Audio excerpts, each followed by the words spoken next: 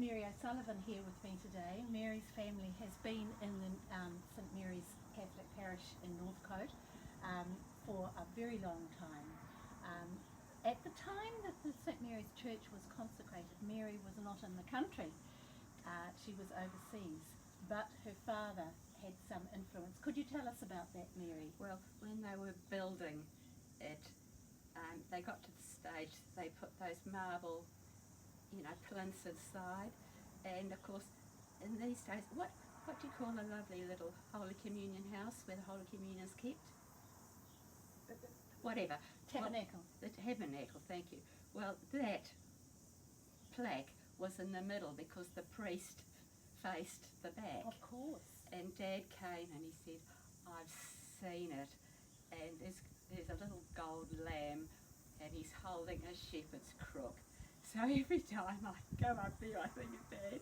Wow, what a wonderful, Yes. wonderful So memory. Dad was one of the helpers. Yes. And before that, somebody had come around and ordered Mum to give a loan to help repay the church. And it must have been Father Purcell about night, or it was probably too late for Father Terry. He came, because I grew up in that house there, and he came round and he said, we're paying it back with the 1.5% interest. He said, so many people did not give out a loan, but you were one of the first. Wow. So that would have been 1970 when I was back, because I can remember Mum in the kitchen so pleased to get the money back, yes. I know we're talking about the church, but can we talk about the little school behind? Yes. It was 3 classrooms. Yes. There would be 3 to a seat. You slid along and you put your books in underneath. And every time a visitor came, the nuns would bring whoever the visitor was to see the 3 cousins, me and Erin Lanigan and Mari O'Leary, all sitting glad timidly. Mari was 5 weeks older and Erin was 5 weeks younger than me. Yes. 3 very bright little girls. You would have been Well. stars of the class, I'm sure. I'm sure we were, but it was a terribly small school. Yes. Yes. I have Anthony Lanigan here, who is a member of a long-established family associated with St Mary's Catholic Church. And I do believe, Anthony, that you and your dear wife were married, were one of the first ones to be married in the consecrated church. Well, that's probably true, although Chrissy just said, let me say that my courting started in that church, because I noticed that Christina Nola and her mother and her sisters, the Nolas, used to come from Beachhaven. This is before the Beachhaven parish was seriously established, or Glenfield, and they would come, and I noticed her at a distance, you see, and it proceeded from there, really. So apart from being married and our children being baptised, and can I honestly say one of them was married from there, maybe? Yeah, but I just remember when I went to school at St Mary's in Northcote, I can remember that the old church hall actually stands where the car park of the church now is, and there was, where the church now was a big green paddock, a field, and there was a statue of Our Lady which has been shifted, and I remember being there when they shifted the church down to the back. But I remember Dad was, my father was Len Lanigan, Dad was the chairman of the parish fundraising committee, and I can remember that church being built and over a long period, and I remember the day it was opened. The next priest was Father Purcell, and he was a lovely Irishman who, let me say, encouraged me as a young engineering student to join the CCD with older people like Tom Fitzgibbon and Helen Newfield and others, and my sister Claire, and he would come round to our house on Monday nights, always. Mum wondered whether he ever got fed, but he was a regular visitor, and he, I remember, invited back, Father Foley had been a curate there.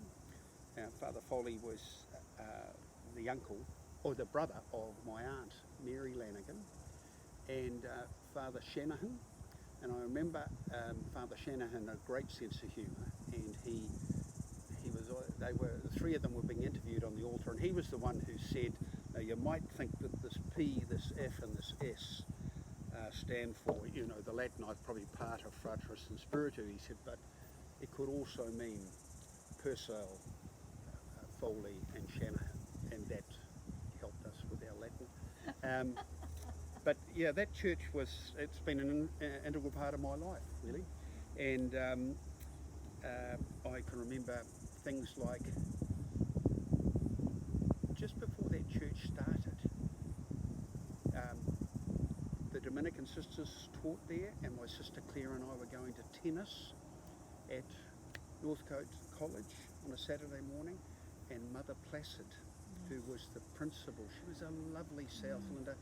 She got hit by a car and killed there, and then years later a good family friend, Foster Cook, was killed on the same crossing, going to Mass on a Saturday evening. And Dad reminded me at that time that Owen Taylor's sister Maureen had got bowled over outside the convent there years before, and I often used to think it faces east-west and the sun in either direction was blinding people. Yesterday I attended the funeral of the architect of that building was a fellow Ray Thorpe. This was his wife's funeral, Betty. And Ray I had known as a professional engineer. He was a principal of Peddlethorpe Architects. They did a lot of work for the Maris Brothers and Mercy Sisters, and he designed that church. And as Monsignor Bernard said, it was probably one of the first churches in New Zealand to be circular. It was different because the Stations of the Cross were originally in ceramics on the panels outside. They've subsequently been replaced because the ultraviolet, it didn't weather too well. I have Stephen Mills here. Now the Mills family have been involved with Parish Hall Stephen actually all his life, and he's just got a couple of lovely stories to share with us today. Well, I remember when the church was being built, and I would have been, I suppose, standard 2, standard 3, that sort of time. And at the same time, they were trying to get parishioners to buy a brick to contribute towards the church building. And at the same time, ASB had banking for classes, every class in the school, and kids would bring their money in for banking, and my mum would give me about sixpence or a shilling, sometimes more, to bring in for banking. But instead of banking that money, I didn't tell Mum, it was a bit deceptive. I put that money towards bricks for the church, so she didn't find out till about 6 months later that my bank account hadn't been improving at all, going up. And I guess God forgave me for that. I would say so. That's lovely. And you've got some other memories about the transition between the old church and the new church too. Yes. When the old church eventually, became a hall at the back of the school, it was moved to make way for the new church. When it was to be taken down, parishioners were asked if they wanted to any of the wood, because there was some great kauri, particularly the floors of kauri flooring there, and in the pews as well. My father took some, and he later on made a casket for his ashes and for my mother's ashes to be put in. My mother's ashes are in the casket at the moment, and because she died 18 months ago, but my father hasn't died yet, so that's something that's special in memory. And the only other thing I seem to remember, I'm not 100% certain, but my uncle, that is my mother's brother, Owen Taylor, who was a panel beater in Birkenhead, I think that he was responsible for creating the cross that is at the pinnacle of the church. So that's something I'm proud of. Very special. I have Steve Franklin here. Now the Franklin family has been involved in the Northcote parish, all their lives really, and Steve's here to share some memories that he has from those days. Yeah, well, one of the things that stood out to me, Judy, was the annual parish picnic we used to have back in the 60s and early 70s, because in those days there was nothing else in the parish. And most of the parish would come, and it was held at Cove. It would have a picnic, they'd have sack races for the children. And the priest would be there? The priest would be there, and it had to be a bear tent. There was always a bear tent for the men. Only the men could go in there. So that was a relaxing time for them, getting away from the children. But no, it was a lovely time. Everybody we had a shared lunch, and most of the parish came. That was the great thing, because there wasn't a lot for me to do.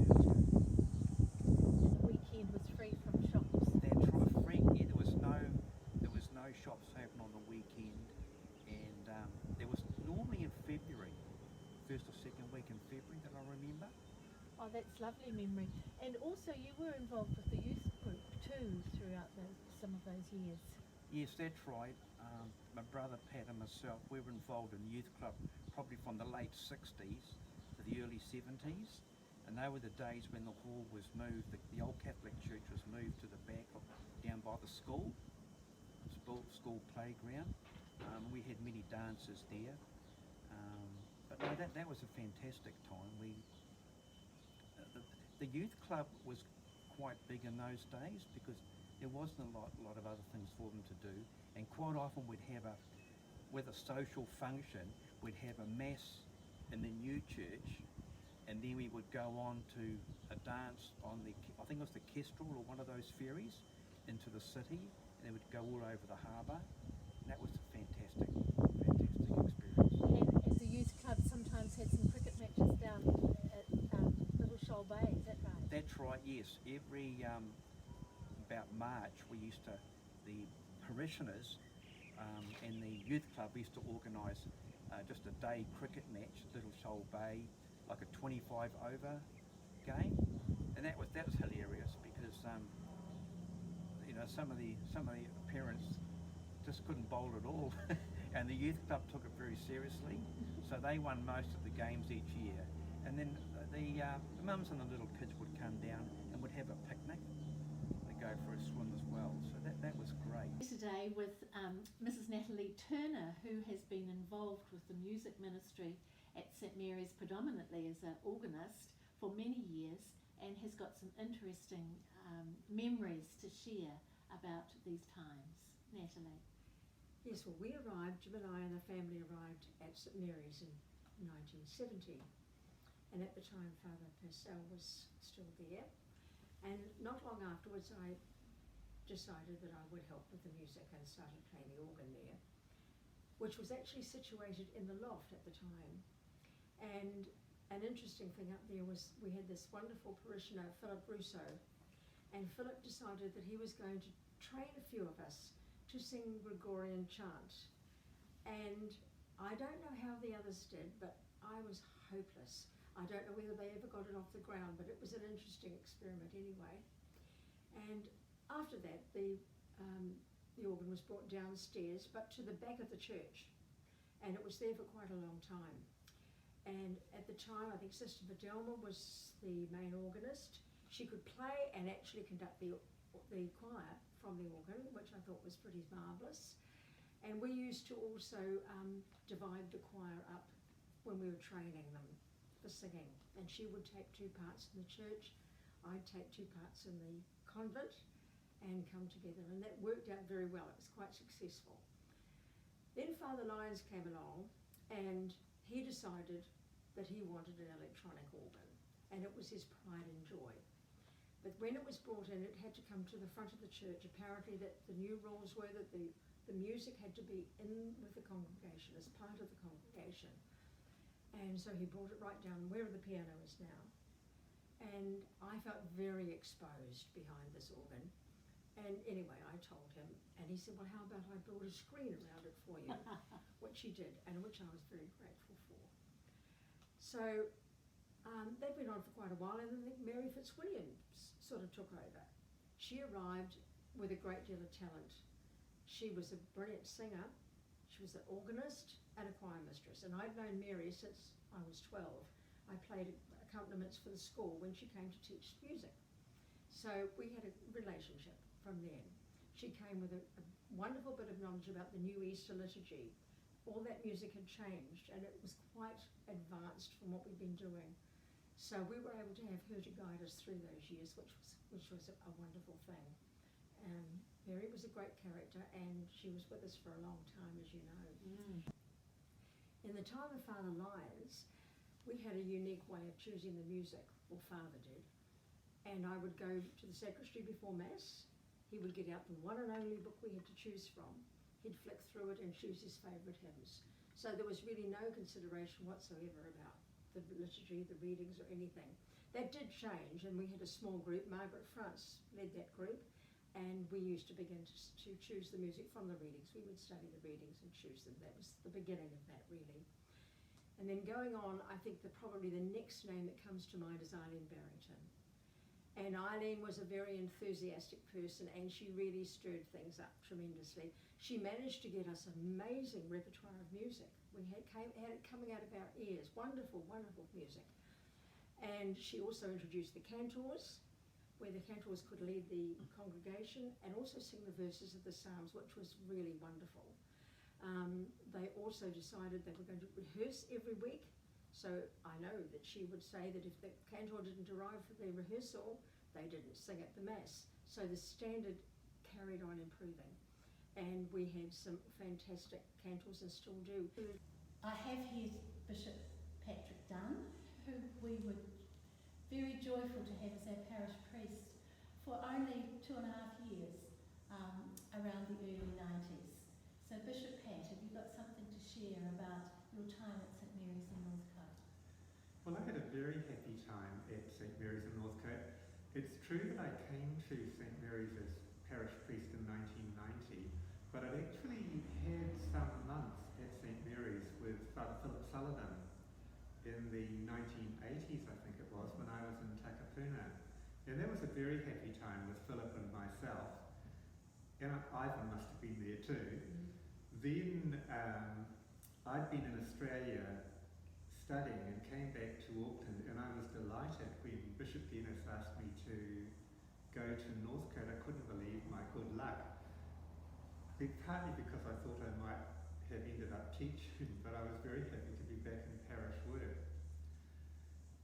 One of the funny memories I have at Northcote was I was there with our beloved Father Ivan, and I remember saying to Ivan Lunovich that a seminarian was coming to live with us, young Bernard Kiley. And I could tell that Ivan then became a bit quiet, and a day or so later he came to me and he said, so Bernard's coming to Northcote, that means that you don't need me. And I said, oh no, Ivan. I said, no. I said, you've got to mentor him. You've got to look after him. So Ivan was in his element then and took great care of Bernard. I also remember when Bernard Kiley came, he said to me the first Lent, he said, I have this theory, he said, that liturgical symbols should be very visible. Do you mind if I decorate the church for Lent so that people will know that it's Lent? And I said, oh no, that sounds like a great idea. Go ahead.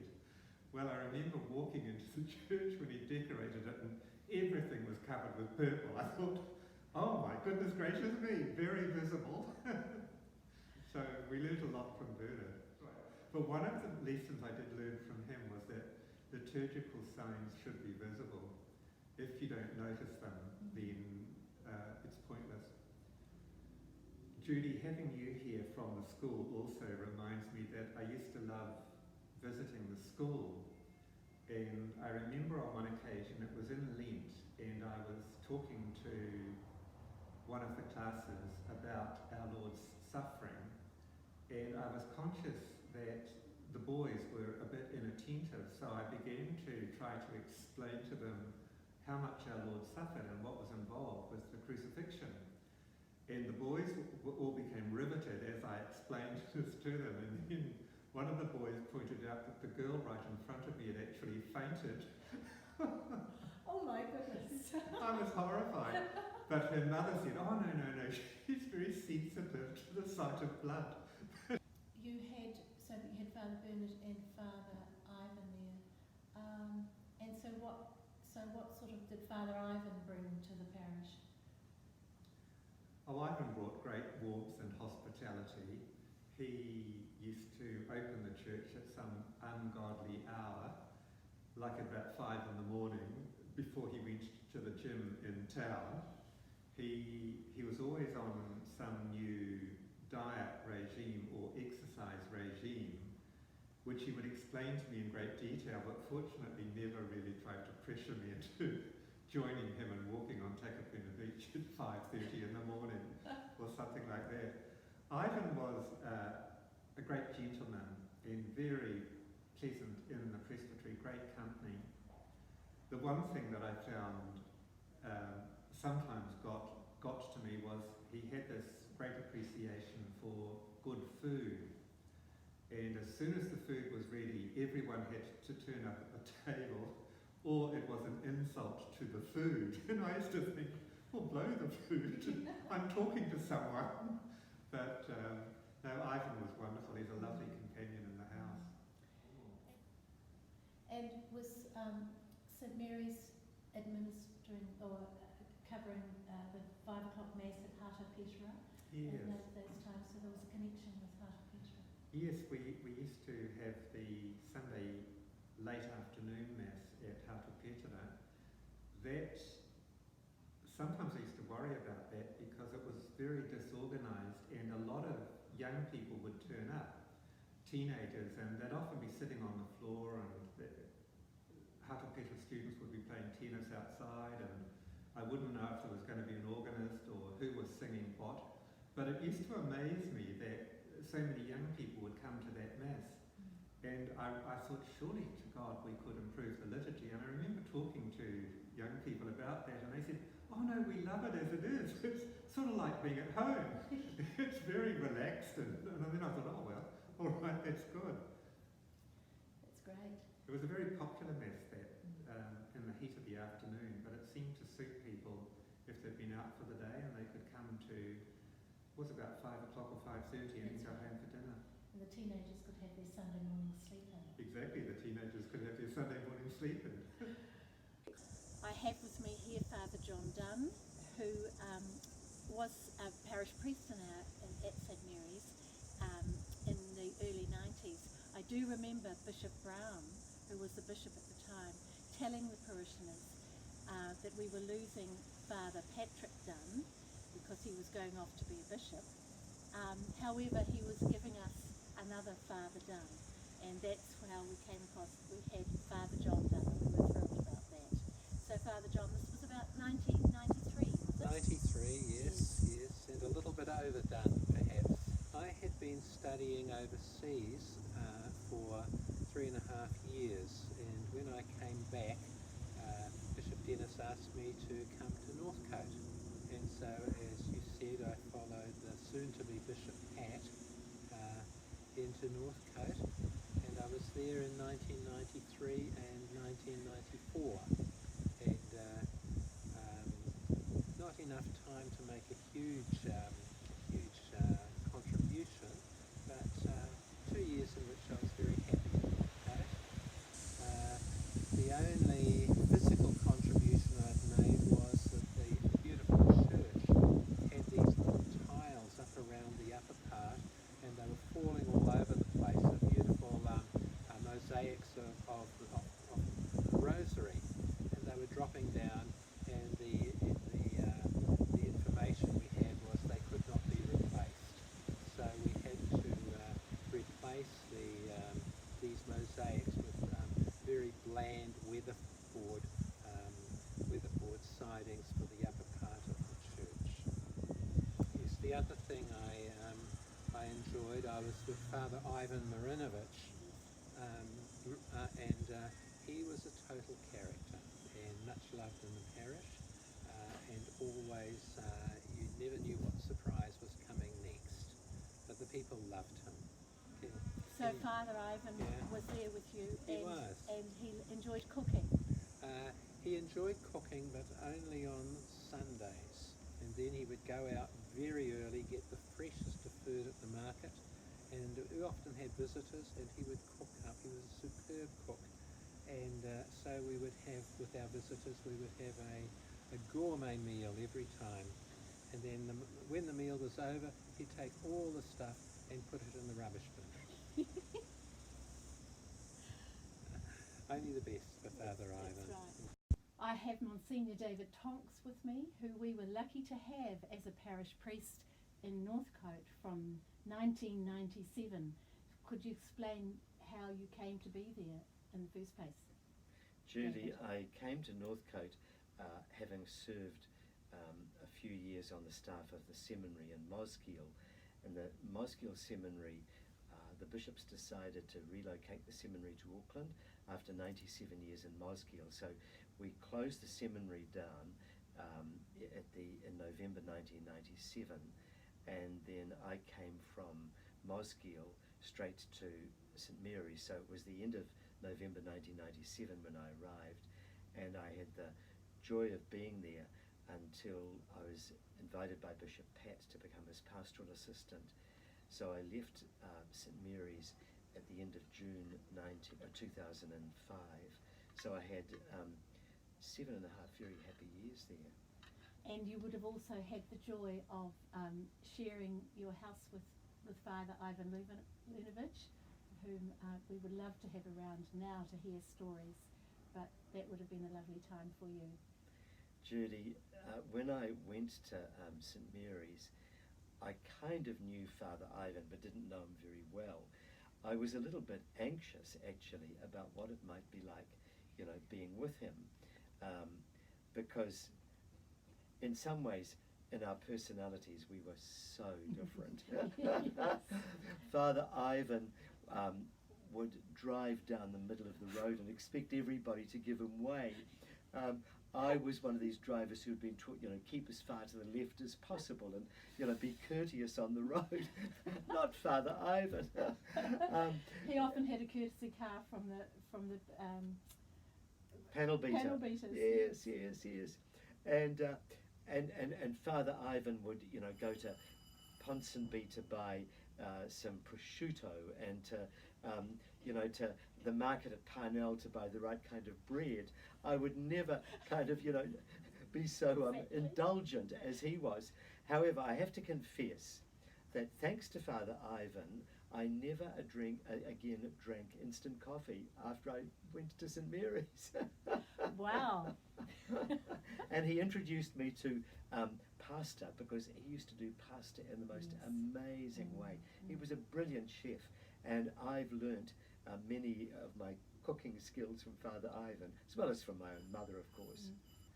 Father Ivan was wonderful to live with, and he in some ways kept me sane, because sometimes at night after a hard day I'd arrive home, you know, at sort of 9-10 o'clock at night, and Father Ivan would be sitting watching television.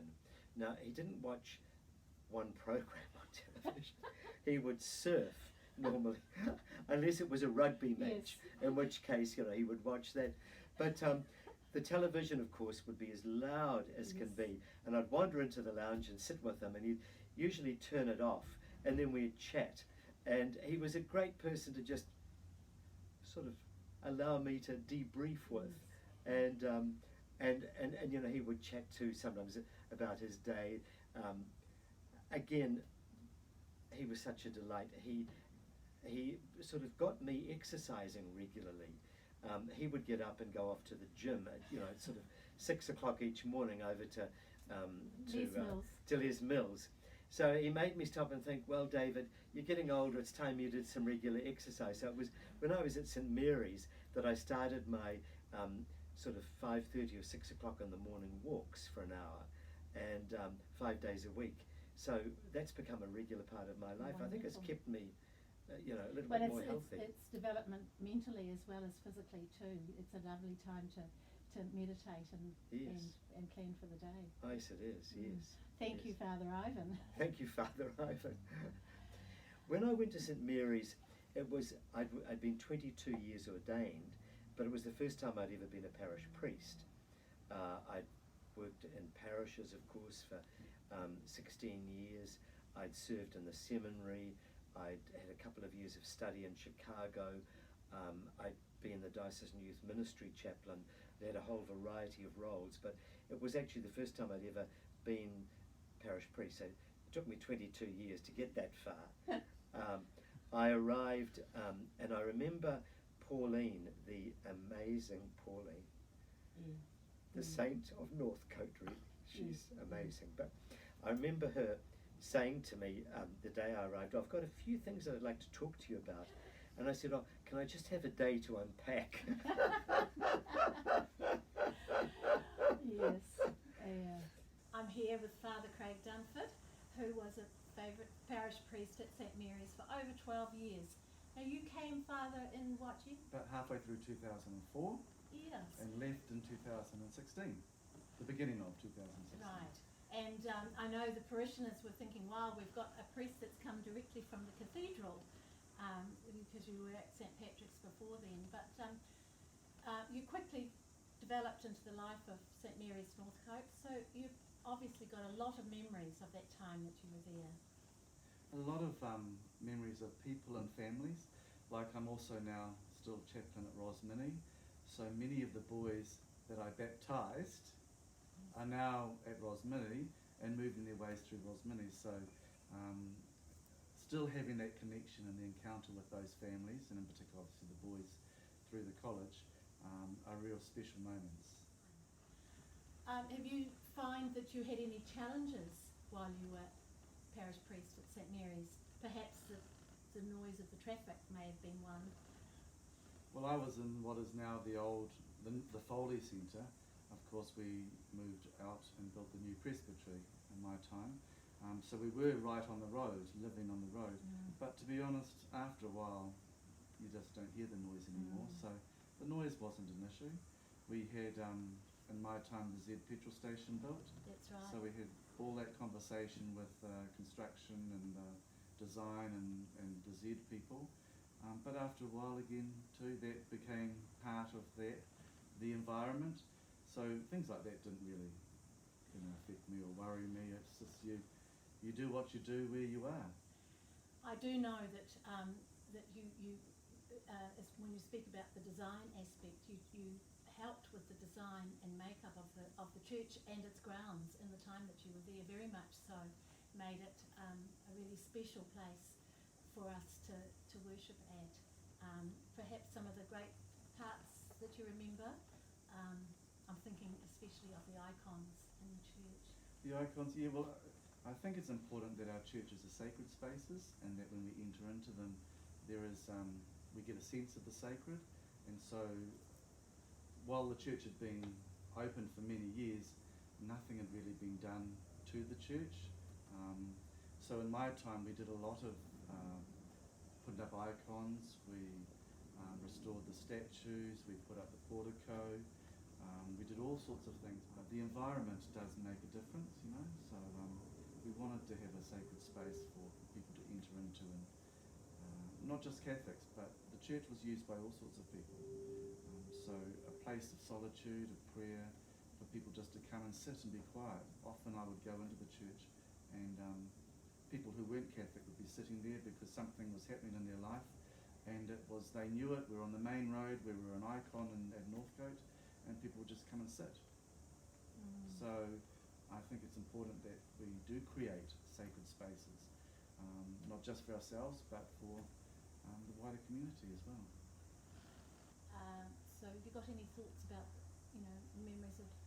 The hospice and the hospital were very close to St Mary's, so whenever parishioners were in either place, we would always make ourselves available and would arrive there and administer the sacraments if that was appropriate, or just to pay a visit, just pop in and see a familiar face, walking down the corridor. I think people appreciate that. Well, I thank you for your time. Is there anything else you wanted to share about your Yeah, memories of? in my time we had the World Youth Day in Australia. Yes. So World Youth Day happens around the world at various times and places. But when I was there, we had the Australian World Youth Day with Pope Benedict at the time, and we had a great opportunity to host people from Argentina and from Colorado, Denver, Colorado, and that was a great time for the parish. I think we had about 80 or 100 people that we hosted and billeted out, and we hosted them for the week, and then we all went to Sydney for the World Youth Day. So it was a time for the whole parish to get behind that event. Those that were going, the young people, but also their parents, and people would come in and do baking, and the older people would. So it was a real parish event. It was a great time, that event. So that was really good.